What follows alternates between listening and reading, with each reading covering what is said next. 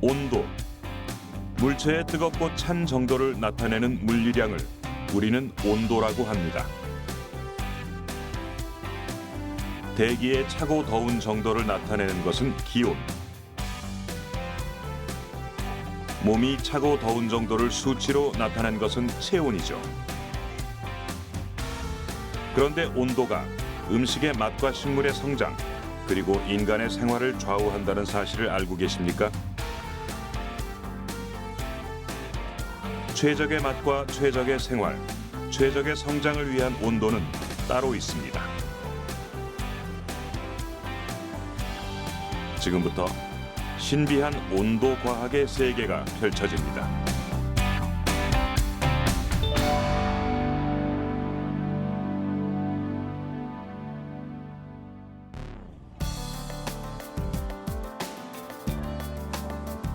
먹고 자고 사회 활동을 하는 등 인간이 생활하는 데는 최적의 온도가 있습니다.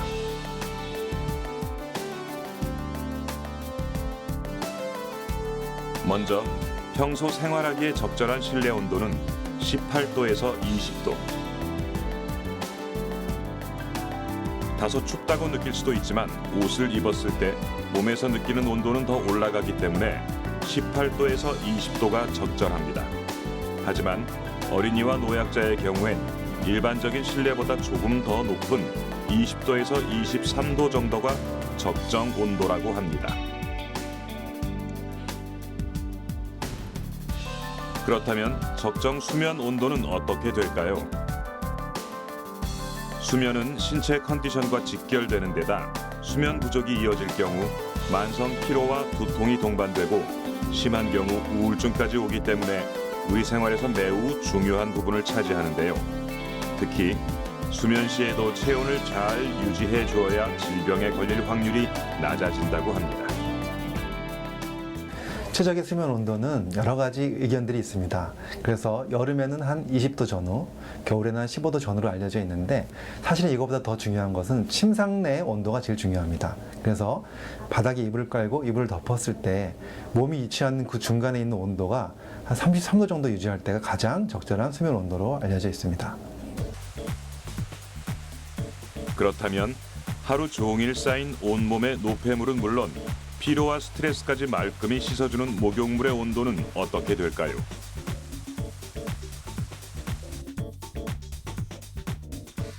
따뜻함을 느낄 수 있는 정도의 온도라면 피로가 풀리는데 특히 간단한 샤워보다는 족욕이나 반신욕을 통해 땀을 내는 것이 좋습니다. 이때 물의 온도는 36도에서 40도 사이가 가장 적합합니다. 오늘도 전국적으로 입춘 한파가 기승을 부렸습니다. 바람까지 강해서 체감 온도가 많이 떨어졌는데요. 자세한 날씨는 YTN 중계차 연결해서 알아보겠습니다. 추위가 찾아오는 겨울. 체감 온도는 더 내려간다는 일기예보를 쉽게 접할 수 있습니다. 여기서 체감 온도는 말 그대로 우리 몸이 느끼는 온도로 느낌 온도라고도 합니다. 실제 기온과 차이가 있는데 결정적인 이유는 바로 바람에 있습니다. 바람이 불면 그 바람이 피부에 닿으면서 그것 때문에 온도는 더 낮게 느껴집니다. 그래서 실제 온도보다 훨씬 더 춥게 느껴지는 경우가 많고 거꾸로 더울 때는 습도에 의해서 또 더 덥게 느껴지는 것이죠. 그래서 우리가 체감 온도를 측정하는 방법은 여러 가지 수학적 공식이 있습니다. 거기에 실제 온도와 풍속 같은 것들을 집어넣어서 계산을 하면은 체감 온도가 나오게 됩니다. 기온 외에 습도, 바람, 일사 등의 기후 요소와 의류, 주거 상태, 체질, 심리 상태 등의 영향을 받는 체감 온도. 기상청에서 행하는 체감 온도 산정 공식은 기온, 지상 10m의 풍속, 인체가 느끼는 춥고 더움의 정도를 표준화의 수량으로 나타내 계산하는 방식입니다. 우리는 똑같은 기온일지라도 습도가 높으면 더 덥게 느끼고 바람이 불면 더 춥게 느끼는데 이렇게 인체가 느끼는 온도는 외부 온도와 차이를 보입니다.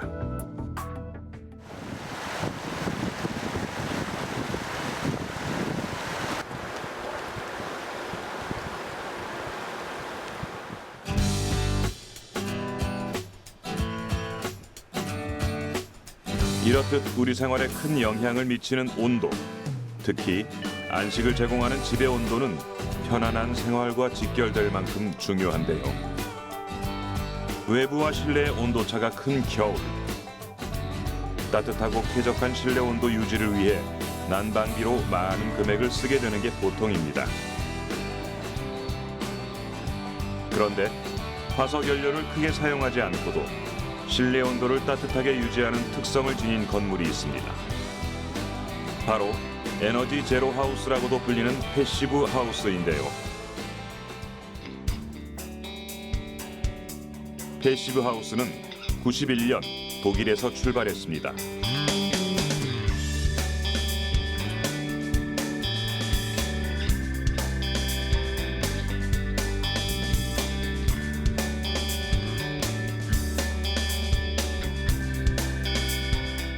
패시브 하우스는 집안의 열이 밖으로 새나가지 않도록 최대한 차단함으로써 화석 연료의 사용을 최소화하면서 실내 온도를 따뜻하게 유지하는 개념의 집입니다. 그런데 어떻게 특별한 난방 없이 실내 온도 20도를 유지할 수 있는 걸까요? 간단하게 패시브하우스 원리를 말씀을 드리면 패시브하우스 원리는 그 태양빛을 이용한다라고 볼 수 있는데요. 무한 에너지인 그 태양빛이 창문을 통해서 집 안으로 들어오게 되면 장파에서 단파로 바뀌면서 열 에너지가 발생하게 되는데요. 그 열 에너지를 바깥으로 못 나가게 하는 그런 그 주택이라고 보면 되는데요.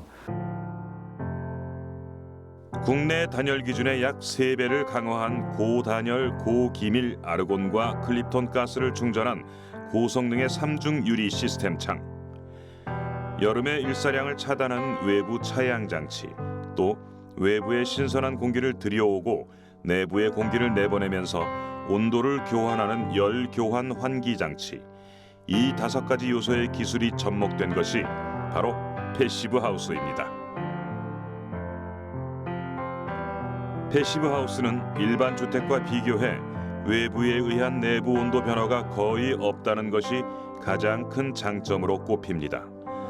요즘 같은 겨울 외부 기온이 영하 10도라고 해도 패시브 하우스는 태양 에너지를 이용해 집안 내부 온도가 영상 20도에서 23도로 유지되죠. 또 완벽한 단열과 기밀 시공으로 결로 현상과 곰팡이 발생 등의 문제가 일어나지 않는 친환경 건강주택이라는 것이 일반 주택과의 큰 차별점입니다. 가장 중요한 부분은 일반 주택은 단열과 기밀 시공을 제대로 하지 않게 되면 집안에 대부분 결로가 생기는 경우가 많이 있는데요. 그 결로에 의해 가지고 곰팡이가 생기게 되는데 패시브 하우스는 그런 결로와 곰팡이가 없기 때문에 친환경이고 건강주택이라고 말씀드릴 수 있습니다. 에너지 소비를 최대로 줄인 패시브 하우스. 21세기에 꼭 필요한 친환경 주택인 셈인데요. 패시브 하우스의 구성 요소들을 좀 더 살펴볼까요? 먼저 패시브 하우스에서 중요한 역할을 하는 것은 단연 창문입니다. 저 창문 같은 경우에는 제가 잠깐 말씀을 드리면 외부와 내부가 로이 코팅이 되어 있고 가운데는 아르곤가스라고 하는 것이 충진이 되어 있어요. 그래서 사실은 일반 주택에서는 창문을 통해서 나가는 빼앗기는 열이 가장 큰데 패시브 하우스에는 열 관리값이 0.08와트라고 하는 그 기준을 충족을 시켜야 됩니다. 보통 가정은 그거에 약 한 3배 정도 되니까요. 한 1.5에서 2, 또 심한 것은 2.5까지도 갈 수 있습니다. 외부 차양 장치 역시 패시브 하우스를 구성하는 중요 요소입니다.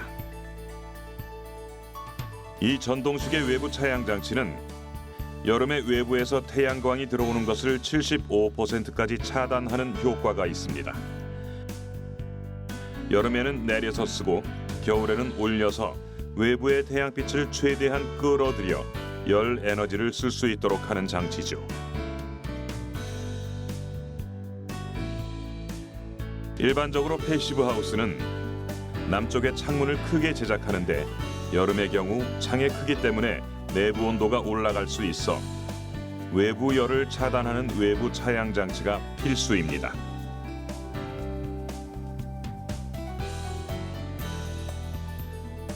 또 고단열과 고기밀로 만들었기 때문에 환기를 할 때도 열은 그대로 머물고 탁한 공기만 빠져나가게 하는 열 교환 환기 장치도 패시브 하우스의 핵심 요소입니다. 인데요. 이거를 지금 1단으로 되어 있는 게 올리면 2단으로 올라가고 3단으로 올라갈 수 있고요. 다시 내리면 내릴 수도 있고 또 설정하게 되면 취침 모드를 할 수 있는데 보통 그냥 아주 추울 때는 외기 내기에 혼입이 많으면 안 되니까 1단 정도로 하고요. 음식 같은 거 했다. 그럼 좀 세게 해야 되겠다. 그러면 이렇게 3단으로 합니다.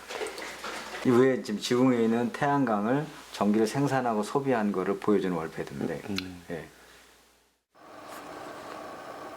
패시브 하우스를 경험한 이들은 일반 주택과 패시브 하우스의 확연한 차이를 몸으로 느낀다고 합니다.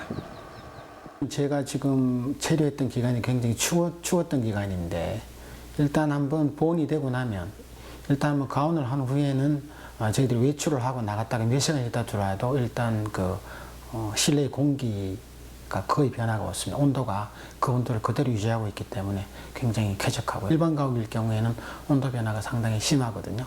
또 제 동생 같은 경우에도 난방비가 굉장히 많이 든다고 이제 그 불평을 하는 경우가 많은데 이 집의 경우에는 패시브 하우스의 그 특성을 그대로 반영해가지고 온도 차이가 거의 없는 걸 보고 많이 놀라고 있습니다. 네. 또 이 저녁 같은데 이렇게 앉아서 창가에 보면 이 유리창 자체가 상당히 넓은데도 불구하고 이렇게 바깥에서 차가운 공기라든지 전혀 들어오지 않고 이 경치도 좋을 뿐 아니라 온도 차가 집에 창가나 안이나 전혀 없기 때문에 저는 창가에서 이 밤에 이 별과 달을 보면서 창가에서 잠을 자기도 합니다. 건축비의 증가와 40cm의 두꺼운 벽으로 실 사용 면적 감소의 단점이 있지만 일반 주택과 비교해 난방비 90%를 줄일 수 있는 패시브 하우스.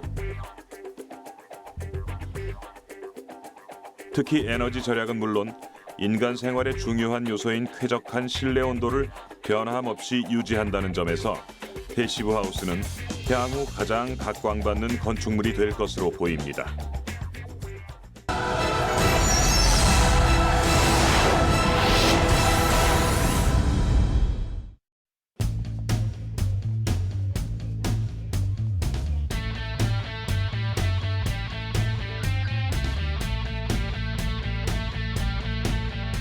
온도는 마케팅의 일환으로도 주요하게 적용되고 있습니다.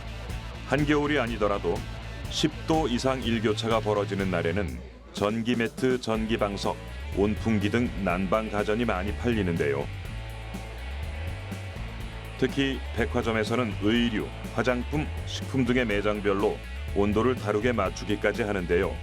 바로 판매를 올릴 수 있는 최적의 온도를 이용하는 겁니다. 먼저 에어컨이나 선풍기를 판매하는 가전 매장의 경우 다른 매장보다 실내 온도가 1도에서 2도 정도 높은 반면 모피를 파는 매장에 가면 다른 매장에 비해 서늘합니다.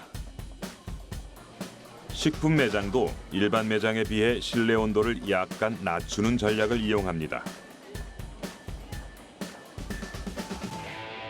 뿐만 아닙니다. 온도에 따라 잘 팔리는 상품들도 따로 있죠. 10도 이상에서는 카디건, 스카프 등 환절기용 단품 육아, 5도에서 10도 사이엔 겨울 정장이, 그리고 5도 이하에선 겨울 코트의 판매량이 급증한다고 합니다. 얇은 이불 하나 더 깔아야 되잖아요. 또 0도 안팎의 경우 전기장판이 잘 팔리고 영하권에서는 전기 히터, 전열기 등의 구매가 많아집니다. 반면 기온이 마이너스 10도 아래로 떨어지면 한파로 사람들이 외출을 꺼려 겨울 의류 매출은 오히려 감소한다고 합니다. 소비자들이 찾는 제품의 속성과 온도를 연결시켜 판매 증대의 중요한 전략으로 자리매김한 온도 마케팅. 날씨의 변화 속에서 온도의 의미를 읽는 온도 마케팅은 음식, 패션, 가전제품, 화장품 등 우리 주변의 실생활에서 다양하게 활용되고 있습니다.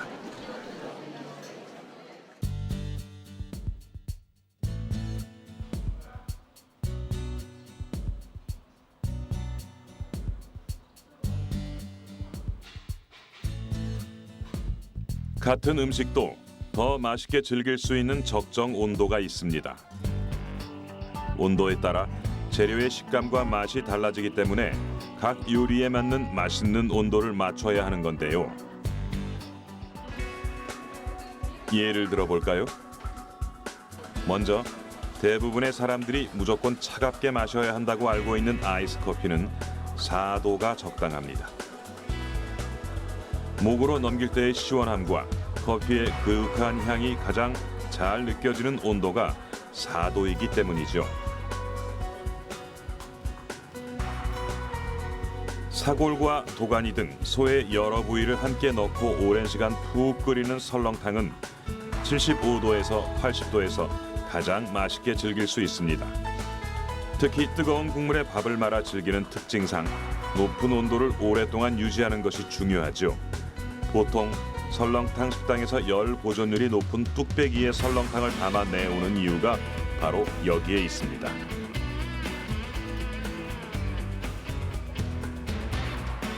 그런가 하면 특히 젊은 층에게 인기가 높은 피자는 막 만들어져 나왔을 때의 온도인 60도에서 75도가 유지돼야 갓 구운 맛을 느낄 수 있습니다.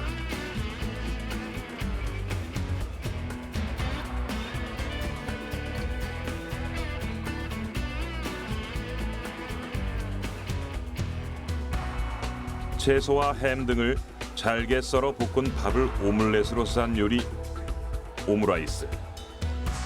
오믈렛과 쌀이 만나 탄생한 오므라이스는 55도에서 가장 부드럽고 맛있게 즐길 수 있다고 합니다.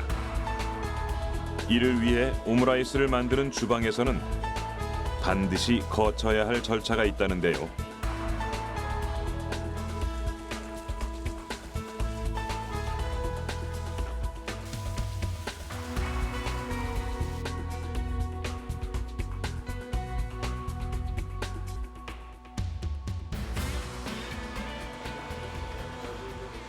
지금 뭐 하시는 건가요? 저희가 손님들한테 음식을 제공하기 전에 음식 온도를 재고있는데요. 저희가 음식을 손님들이 다 드실 때까지 음식 따뜻하게 유지시키기 위해서 용기를 사용하고 있는데 이 용기가 서빙하는 시간과 손님이 다 드시기까지 음식이 식지 않기 위해서 온도를 저희가 적정 온도를 맞추고 있습니다. 음식의 온도 체크는 기본. 이렇게 음식을 담는 그릇도 뜨겁게 데워 오므라이스를 다 먹을 때까지 처음의 맛을 즐길 수 있도록 했습니다. 특히 그릇 또한 온기가 오랫동안 유지되는 뚝배기 재질의 그릇을 사용하죠. 모두 최적의 맛을 위한 선택입니다.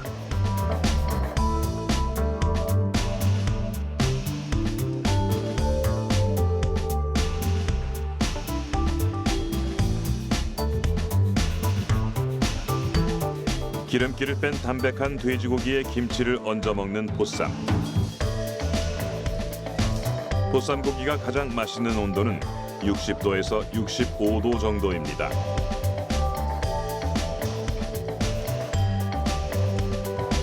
이를 위해 고기를 삶는 방식에 대한 연구도 거듭됐죠.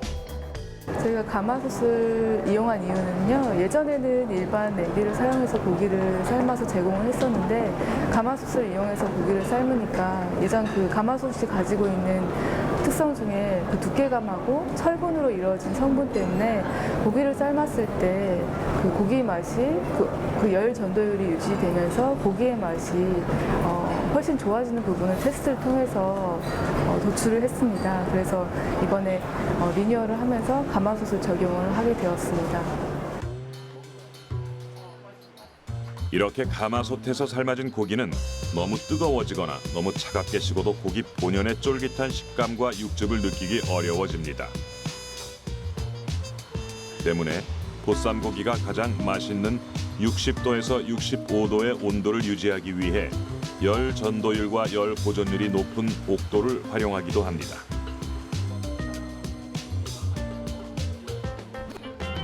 특히 타공한 옥돌에 고기를 올린 뒤 냄비를 가열하면 수증기 열이 옥돌에 전달돼 따뜻한 온도가 유지되죠. 고기 속의 수분감을 유지해주는 것은 물론 이는 차가운 김치와 쌈을 싸 먹었을 때 적당한 온도 조화까지 이루어냅니다. 자연히 긍정적인 반응을 끌어낼 수 있게 됐죠. 기존에 다른 보쌈집에 가면은 그냥 접시에 나와서 되게 끝까지 먹을 때까지 좀 차가운 느낌이 들었는데요. 이게 좀 뜨겁게 먹으니까 마지막 한 점까지 좀 뜨겁게 먹을 수 있어서 좀 좋은 것 같아요. 이렇게 복돌 위에 뜨겁게 해서 나오니까 계속 뜨겁게 먹을 수 있어서 좋고요. 좀 육즙이 좀 더 풍부해지는 느낌이에요. 더 맛있는 것 같아요. 온도의 미세한 차이에 따라 달라지는 맛. 이 때문에 메뉴 고유의 맛있는 온도를 유지하기 위한 기업들의 고민과 노력은 점점 더 치열해지고 있습니다. 1회 대한민국 김치 대전의 막을 올리겠습니다.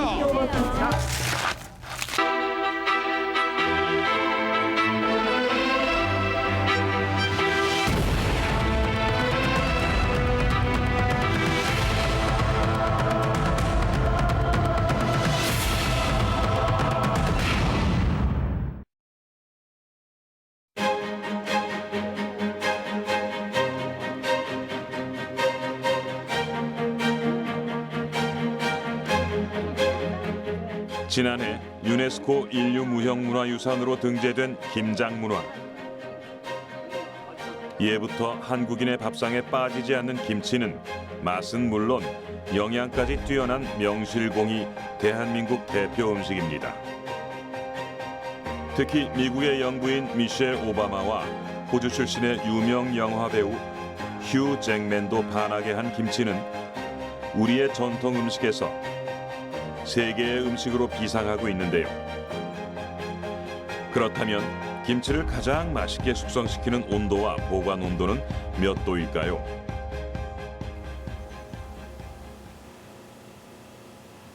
답을 찾기 위해 2010년 한국식품연구원 부설기관으로 설립된 세계김치연구소를 찾았습니다.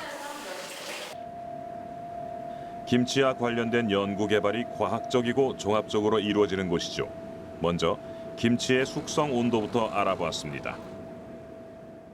김치 숙성 온도에 관해서는 현재까지 많은 연구가 진행되어 오고 있습니다. 그러니까 관능 평가라든가 유학 평가, 다른 어떤 그 적정 산도 등을 측정한 결과 10도씨에서 숙성을 시킨 김치에서 가장 좋은 결과가 나왔습니다. 10도에서 완전히 숙성이 끝난 김치는 숙성 온도보다 낮은 온도에서 보관해야 오랫동안 맛있는 상태를 유지할 수 있다고 하는데 염도 때문에 김치 종류별로 보관 온도를 조금씩 달리해야 한다고 합니다. 김치는 재료와 담는 방식에 따른 염도의 차이로 보관 온도를 달리해야 하지만 일반 가정에서는 쉬운 일이 아니기 때문에 냉장 온도에서 유지시켜주는 것이 중요합니다. 먼저 보통 2% 정도의 소금 함량을 갖고 있는 배추김치의 경우 마이너스 3도 이하가 되면 얼기 때문에 그 이상의 온도를 유지해주는 것이 좋습니다. 반면 물김치의 경우 젓갈이 많이 들어가면 염도가 높아지므로 이때는 온도를 조금 낮게 보관하는 것이 좋습니다.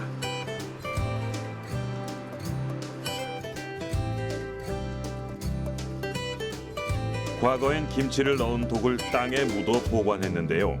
알고 보니 이 역시 온도와 밀접한 연관이 있었습니다.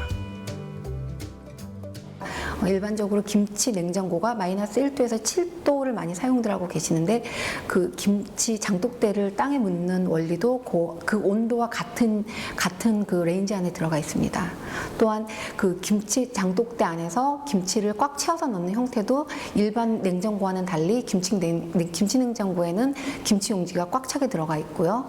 김치의 경우 김치는 공기에 민감한 식품이기 때문에 공기와의 닿는 면적을 줄여주는 것이 상당히 중요합니다. 그렇기 때문에 김치를 장독에 담아서 넣는 경우 김치 그 윗부분 같은 경우도 장독에 뚜껑을 덮어주기 때문에 최대한으로 공기와의 접촉을 막아준다고 볼 수 있습니다. 김치는 특히 공기에 민감한 식품이라 보관 시 공기와 닿는 면적을 줄여주는 것이 중요합니다. 장독 뚜껑을 덮어주듯 밀폐성이 좋은 용기에 담아 보관해야 하죠. 그런데 여기서 드는 궁금증 한 가지. 과학적으로 맛있는 김치의 기준은 뭘까요? 실질적으로 이제 그러니까 저희가 이제 최적 보관 온도라든가 숙성 온도 이런 거를 따지는 것 중 가장 큰 이제 그 결정하는 요소가 맛있는 김치인데요. 맛있는 김치의 경우는 그 CO2, 그러니까 이산화탄소를 방출하지 않고 그 안에 내재해 가지고 있어서 그 청량감이라든가 그런 사이다같이 톡톡 쏘는 맛이 있고요. 또 이제 그 기호도에 따라서 다르지만 이제 발효가 좀 달리 돼서 너무 시지 않고 또 그 다른 이상 발효에 의해서 군더더기 같은 것이 나지 않는 그런 김치를 저희는 맛있다고 봅니다.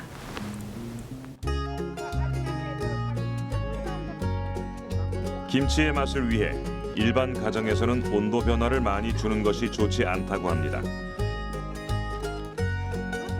온도 변화가 많으면 김치의 조직감과 청량감이 상실되기 때문인데요.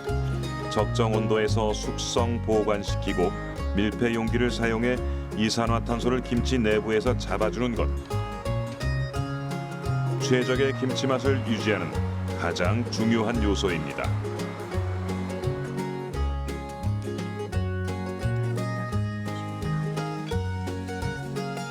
이외에도 가정에서 음식을 조리하고 보관할 때 적용되는 온도와 관련된 과학 원리는 무궁무진합니다. 몇 가지만 살펴볼까요? 바삭바삭 고소한 튀김을 만들 때 보통 튀김옷을 냉수로 반죽하는데 여기엔 나름의 이유가 있습니다. 튀김을 할 때는 밀가루를 사용하는데 밀가루의 글루텐 성분이 온도가 높아질수록 시간이 길어질수록 많이 만들어져요. 그래서 튀김을 할 때 바삭하고 맛있는 튀김을 하려면 튀김의 온도를, 물의 온도를 좀 차갑게 해주거나 밀가루를 좀 차가운 곳에 뒀다가 반죽을 하면 한결 더 바삭하고 맛있는 튀김을 할 수 있습니다. 밀가루에 물을 넣어 물리적인 힘을 가하면 글루테닌과 글리아딘이라는 단백질이 물을 흡수해 서로 얽혀 그물코처럼 됩니다. 이 그물코 구조 전체를 글루텐이라고 부르죠. 글루텐은 전분과 수분을 감싸 빠져나가지 못하게 붙잡는 역할을 하는데 글루텐이 너무 강할 경우 튀김옷이 끈적거려 눅눅한 튀김이 완성됩니다. 그래서 튀김옷의 글루텐은 최소한으로 제한하는 것이 좋습니다. 특히 온도가 높을수록 글루텐이 잘 만들어지기 때문에 튀김옷을 만들 때 냉수를 사용하는 겁니다. 고소한 튀김 요리엔 이런 과학 원리가 숨어 있었습니다.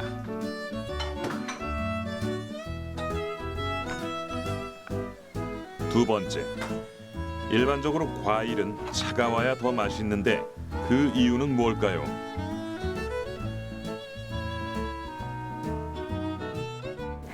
과일에는 과일의 단맛을 느끼게 해주는 프락토즈라는 성분이 있는데요. 그 프락토즈는 알파형과 베타형이라고 두 가지로 나눌 수가 있습니다. 그런데 그 프락토즈 알파형보다는 베타형의 단맛을 느끼게 하는 3배의 그 강한 단맛이 있어요. 그래서 그 베타형이 좀 차가웠을 때 단맛을 더 강하게 느끼기 때문에 시원한 곳에 두었다가 드시면 한결 더 맛있게 드실 수 있습니다.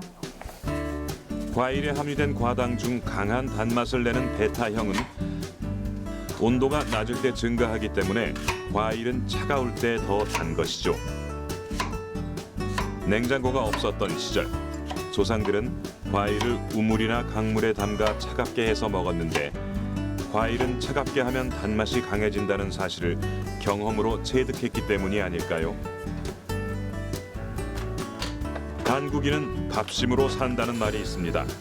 그만큼 밥은 우리 민족에게 가장 중요한 먹을거리인데요. 전기밥솥, 냉장고, 전자레인지 등 다양한 가전제품의 발달로 원하는 시간에 맞춰 맛있는 밥을 먹을 수 있는 21세기.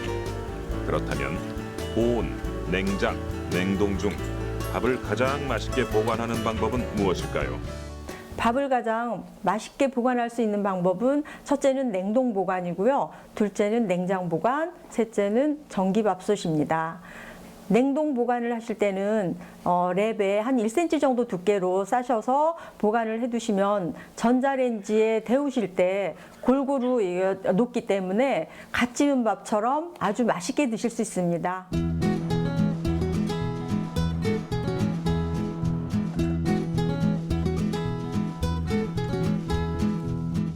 막 지은 밥을 밥 한 공기 양만큼 나누어 랩으로 싼 뒤 열기를 빼 냉동시킵니다. 이후 먹을 때 전자레인지에 해동하면 갓 지은 밥의 풍미를 느낄 수 있습니다. 냉장 보관 시에는 해동할 때 수분 보충을 위해 기억해야 할 점이 있는데요. 냉장 보관한 밥은 그 물이나 술을 살짝 뿌려서 렌지에 데우면 한결 더 신선하고 맛있는 밥을 드실 수 있습니다. 마지막으로 밥솥 보관은 지어진 밥에 계속 열을 가하게 되는 방식이라 장시간 보관은 맛이 떨어집니다. 때문에 5시간에서 6시간이 한도로 그 이상이 지나면 밥의 윤기와 맛이 떨어질 수밖에 없습니다.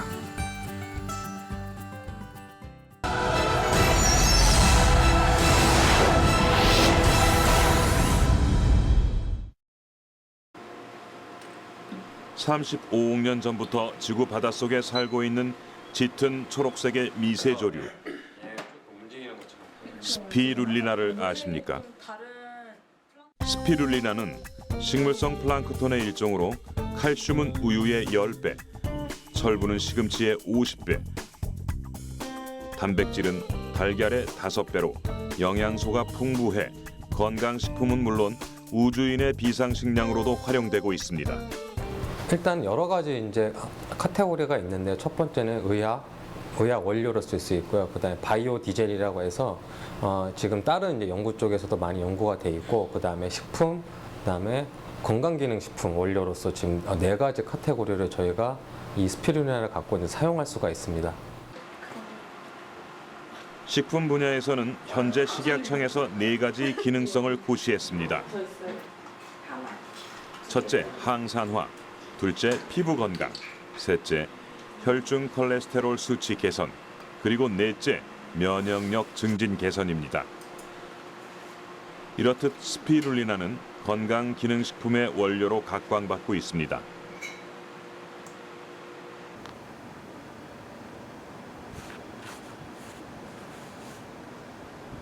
그런데 열대 지방에서 자라는 스피룰리나가 최근 국내에서 대량 배양에 성공했습니다. 오랜 연구 끝에 우리나라에서 성장 가능한 온도와 영양 성분, 광량 등의 조건을 정확히 찾아낸 연구진.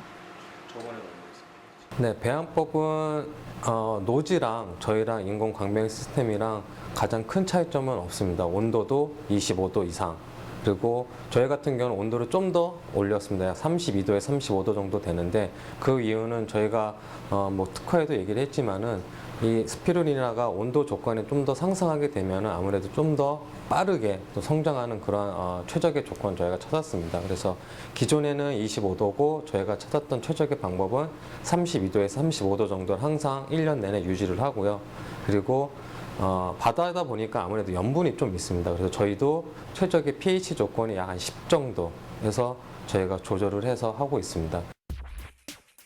특히 빛을 많이 받아야 성장 속도가 빨라지는 스피룰리나의 특성을 고려해 공장 외형을 유리로 제작했습니다.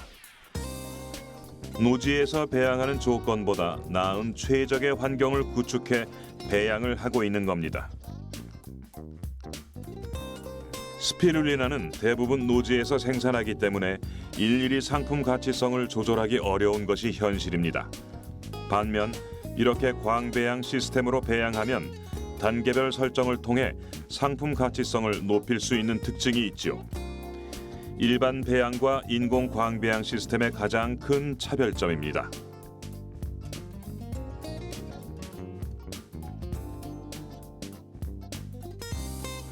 스피룰리나 배양에서 가장 중점을 둬야 할 것은 바로 온도입니다.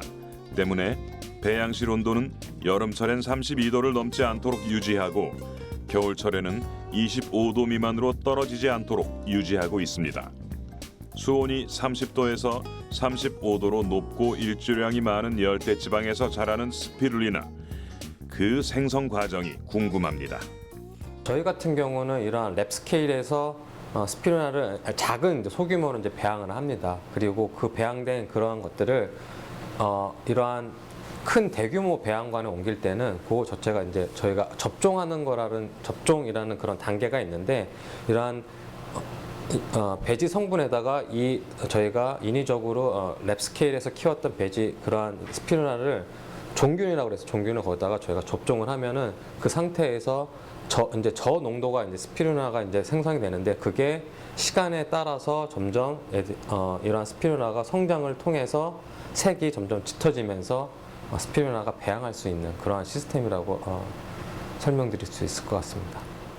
비슷한 건강식품인 클로렐라에 비해 세포벽이 없어 소화 흡수율이 3배가량 높은 스피룰리나. 현재 양식장의 물고기 사료로 납품 중인데 앞으로는 사람이 마시는 음료나 건강식품으로도 출시될 예정입니다. 연간 3만 톤이 생산되는 이곳의 대량 배양 기술이 자리 잡게 되면서 앞으로 스피룰리나의 수입 대체 효과도 클 것으로 기대됩니다. 인간의 생활과 직결돼 있고 재료의 식감과 음식의 맛을 결정하며 식물의 성장을 좌우하고 기업들의 제품 판매 증대에 중요한 전략으로 활용되는 온도. 뜨겁고 차갑고 미지근하고 따뜻한 그 온도 속에 수많은 비밀이 숨어 있습니다.